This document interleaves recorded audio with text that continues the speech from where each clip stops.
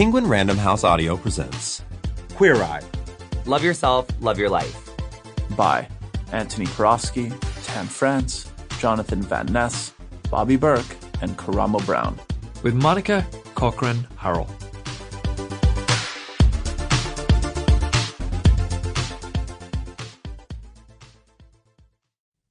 Introduction.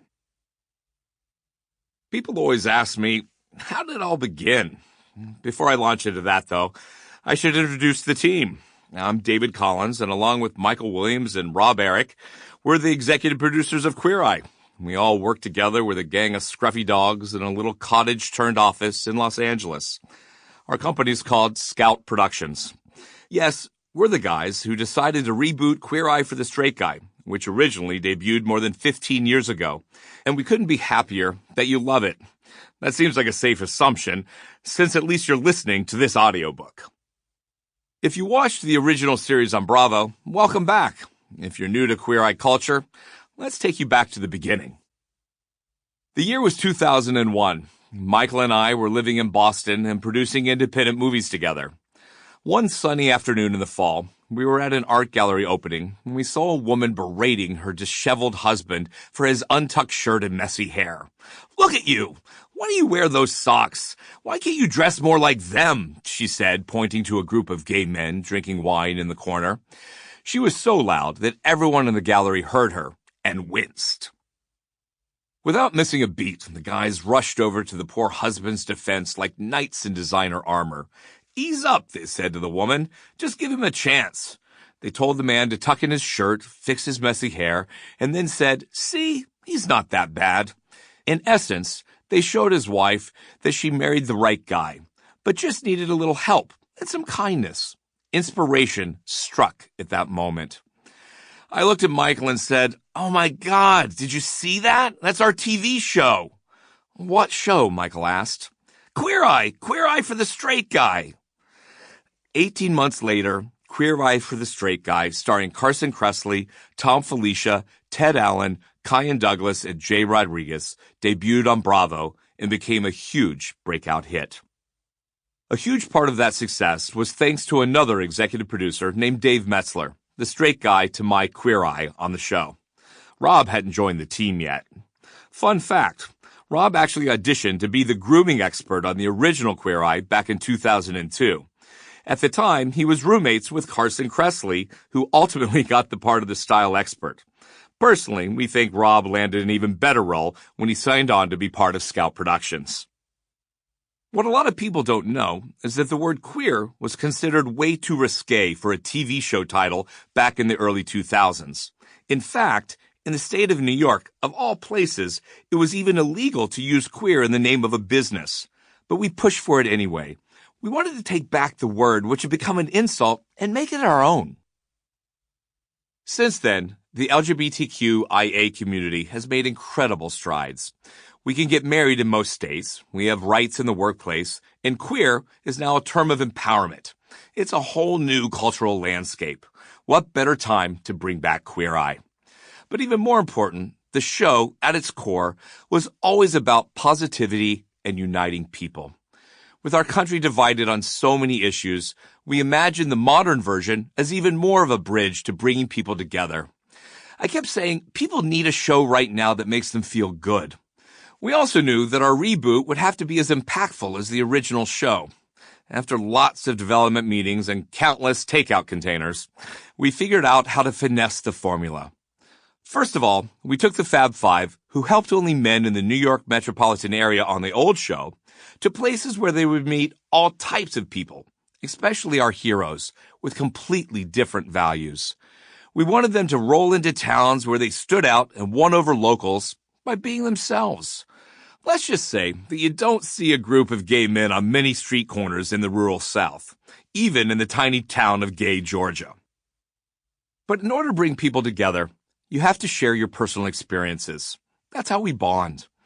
On the original show, the guys didn't talk about coming out or discuss their boyfriends.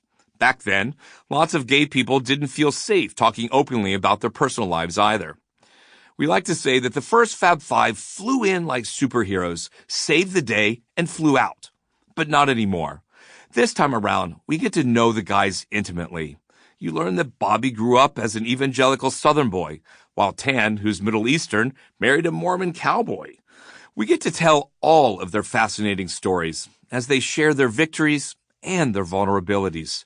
The result is a much deeper shared experience than any superhero moment. Which brings us to how we found the new Fab Five. We knew we wanted a diverse cast that felt more representative of the world we live in. The search took months, and we met thousands of experts in grooming, food and wine, style, culture, and home design. In the end, it was down to 40 guys, and casting felt a lot like speed dating.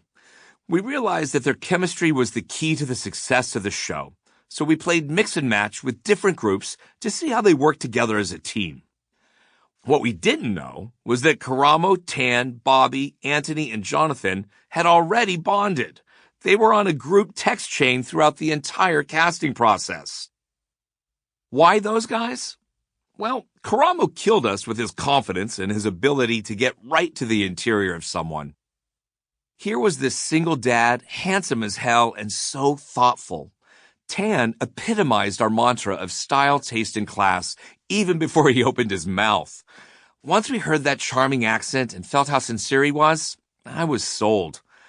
Bobby wowed us with his incredible talent as an interior designer, and we knew he would have the stamina to handle a huge project on every episode.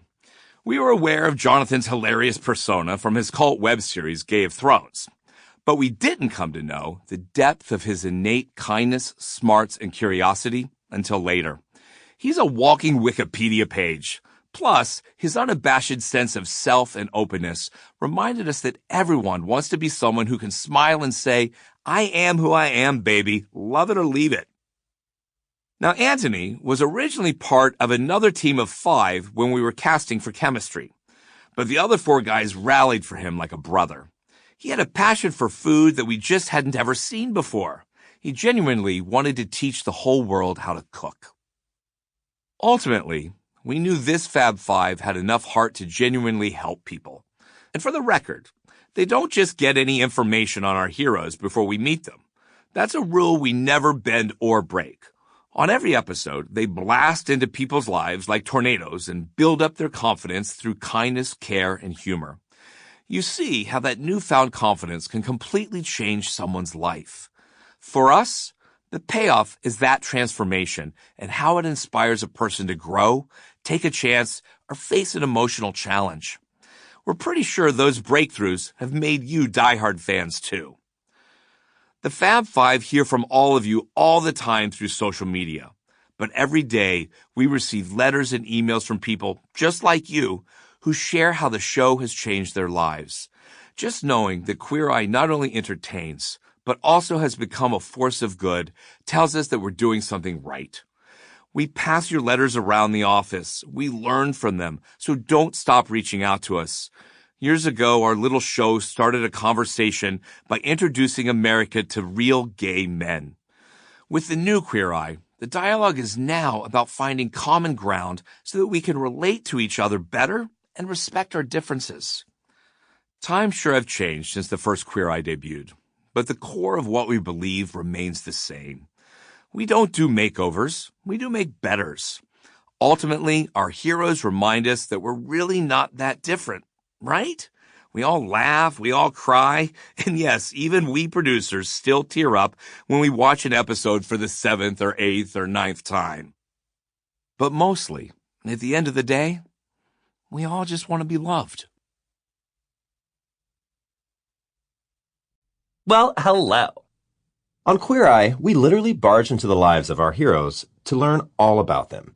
Antoni wants to know exactly what they ate for breakfast. Jonathan runs his fingers through their hair.